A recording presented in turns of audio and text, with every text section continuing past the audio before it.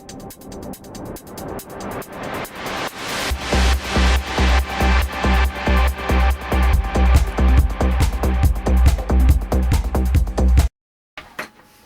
this is Just Talking to Rick. I'm Rick Wilson, the owner of the Wilson Practical Defense website and currently a Senior Curriculum Advisor at KPC Self-Defense in Edmonton. We're talking about the plea of self-defense, and as I'm going to do every time, sorry if you get tired of it, Mark McYoung's In the Name of Self-Defense, one of the best books I've had on it. But don't stop your reading there. Read Rory Miller, carry on. I'm going to read out again what Canada says self-defense is. It says a person is not guilty of an offense if they believe on reasonable grounds that force is being used against them or another person, or that a threat of force is being made against them or another person. Okay, that's the part we covered up to there. Then it says and and or are very important when you're reading law. If it says or, it means one or the other. If it says and, you must have both. If you don't have both, you're not in there. This says and. Okay.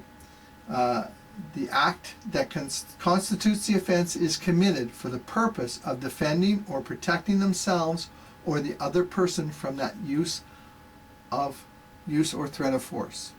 Okay, now remember we talked about if you do something to somebody because they deserved it, it's not self-defense. Why is that not self-defense? Because it was not for the purpose of defending or protecting themselves or someone else. It was simply because you thought the guy deserved a smack, you gave him a smack.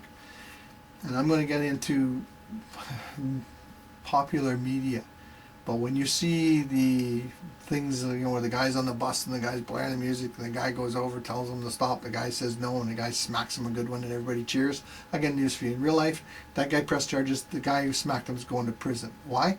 Where was the threat of force? He's playing music loud, being a real dick about it, but that's all he's doing. There's no threat of force, and so the use of force in that case was not to protect themselves in any way. It's not self-defense, and it's that simple.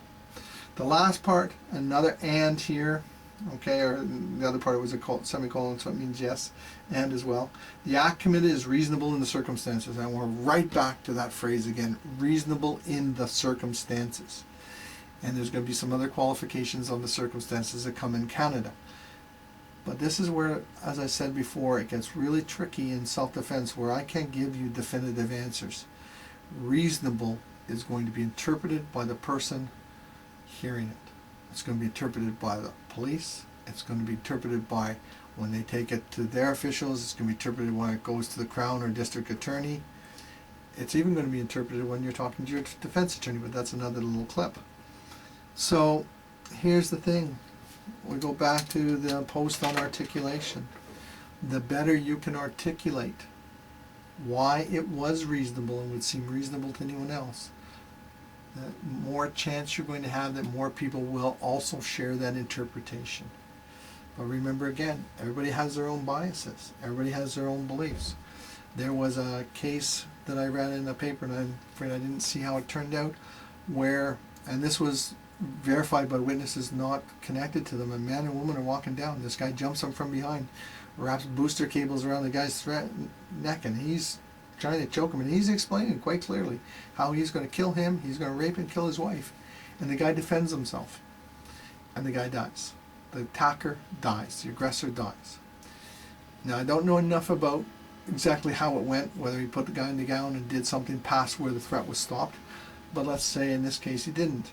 The whole case was that the family of the person who was killed, the guy who was attacking and beating and intending to kill and rape this couple, was all about how, because he was a minority, and this isn't the thing about minorities, lots of actual prejudice out there, that if this had been someone who wasn't a minority, this guy would have been charged, and only because he wasn't.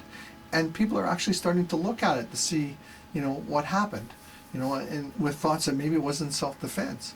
Well, just on the gist of it, that's probably good grounds for self-defense. As I said, we're going to get into talking about, let's say he throws that guy on the ground, the guy's unconscious, and he does something else past that. This is where something that can be self-defense can change into not self-defense. And that's when we get into talking more details about the key is, have I protected myself from that use of force or threat of the use of force? If I have, and it's over, anything past that may not be self-defense. So what starts as self-defense may not be self-defense. We're going to get into some talks about that in our next one. I'm Rick Wilson. Have a great day.